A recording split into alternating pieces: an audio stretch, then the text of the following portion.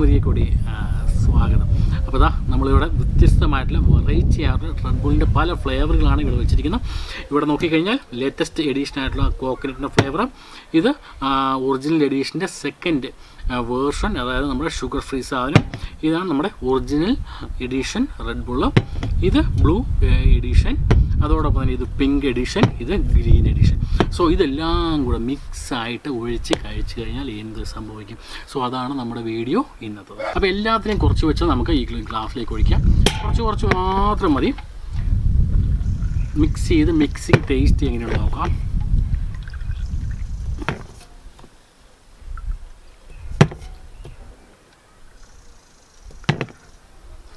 ഇത് വട്ടാണെന്ന് നിങ്ങൾക്ക് തോന്നാൻ സാധ്യതയുണ്ട്.